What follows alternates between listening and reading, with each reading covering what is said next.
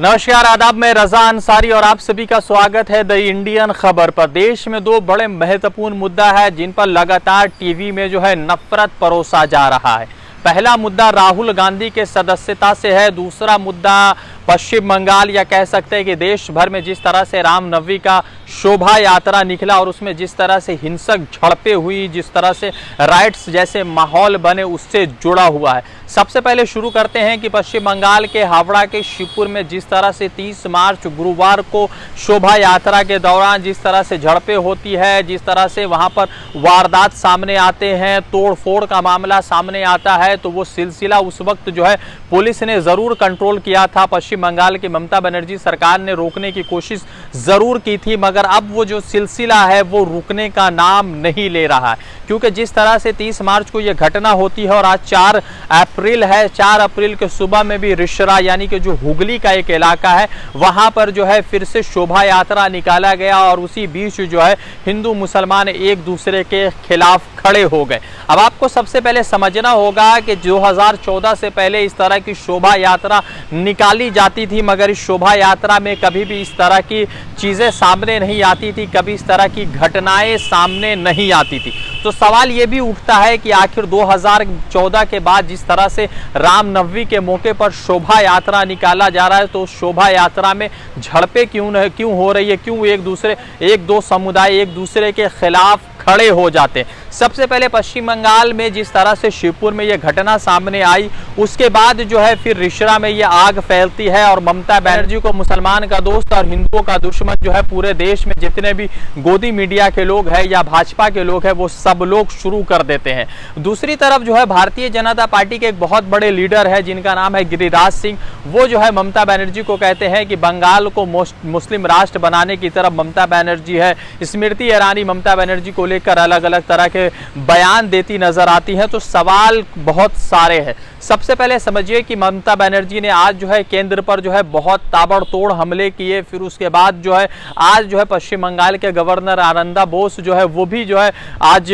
रिश्रा में जिस तरह से घटना सामने उस घटना स्थल पर पहुंचते हैं और लोगों को आश्वासन देते हैं कि जो लोग भी इस घटना में लिप्त है उनके खिलाफ सख्त से सख्त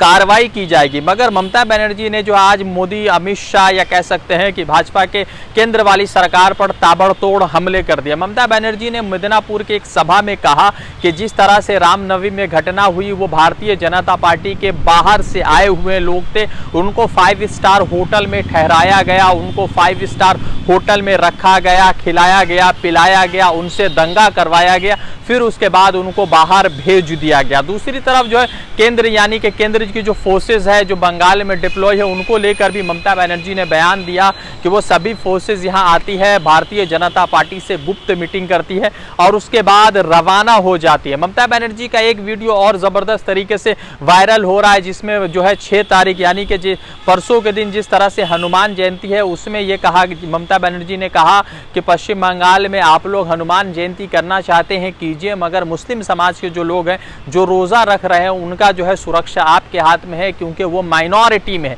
तो इस वीडियो को भी भारतीय जनता पार्टी ने गलत दिशा में गलत तरीके से प्रचार प्रसार करने का पूरा कसर रखा, कोई भी चीज नहीं छोड़ी। अब सवाल सबसे महत्वपूर्ण ये है कि 2014 के बाद इस तरह की घटनाएं क्यों हो रही है और पश्चिम बंगाल में जहां जहां पर यह घटना हुई है वो सभी हिंदी भाषा भाषी का बेल्ट है, हिंदी बोलने वाले लोग हैं, चाहे किसी भी कम्युनिटी से आते हो वो सभी लोग हिंदी बोलने वाले, चाहे वो शिवपुर का इलाका पकड़ लीजिए या हुगली का रिश्रा का इलाका पकड़ लीजिए, उन सभी जगहों पर हिंदी बोला जाता है। कुछ लोग भोजपुरी का भी इस्तेमाल करते हैं, बंगला बोलने वाले लोग जो है इसमें शामिल नहीं है। जो घटनाएं अब तक हुई है चाहे शिवपुर का हो चाहे रिश्रा का हो, तो सवाल ये है कि आखिर ये सब करा कौन रहा है, किसके संरक्षण में हो रहा है, इसके पॉलिटिकल फायदे क्यों निकाले जा रहे हैं या इसका पॉलिटिकल फायदा क्या हो सकता है, क्यों भगवान राम के आड़ में कुछ लोग जो है अपनी सियासी बिसात को खड़े करने की कोशिश में लगे हुई है। ममता बनर्जी की तरफ से लगातार जो है आश्वासन दिया जा रहा है कि कंट्रोल कर रहे हैं, मगर जिस तरह से घटनाएं हो रही है शायद मजबूत कार्रवाई करने की जरूरत है। दूसरी तरफ अभी पूरे देश भर में राहुल गांधी लोकप्रिय नेताओं के फहरिस्त में आगे बढ़ रहे हैं। राहुल गांधी की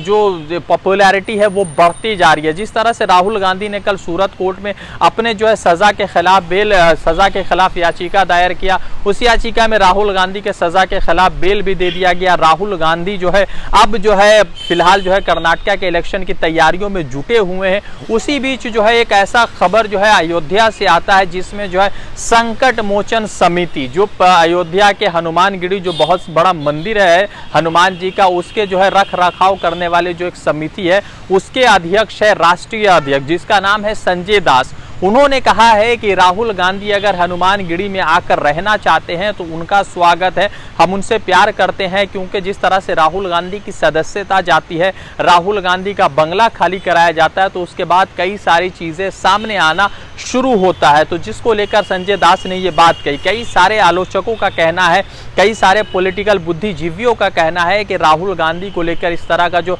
संजय दास ने बयान दिया है, राहुल गांधी को इससे पॉलिटिकल फायदे मिलने हैं और राहुल गांधी को बहुत कुछ पॉलिटिकल फायदा होना तय है। अब समझना सबसे महत्वपूर्ण ये है कि राहुल गांधी जिस तरह से उनकी सदस्यता को रद्द की गई, राहुल गांधी को नए नए अवसर दिए गए, राहुल गांधी लगातार ओपोजिशन के चेहरा बनकर उभर रहे, तो क्या 2024 में प्रधानमंत्री नरेंद्र मोदी के लिए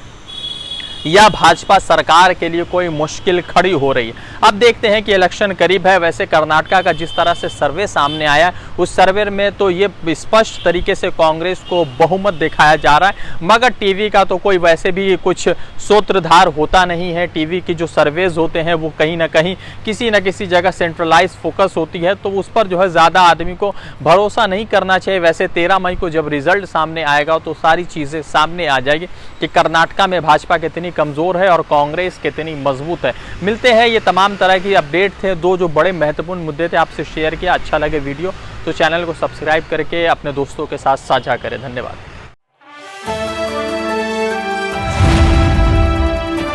द इंडियन खबर, सच आपके सामने।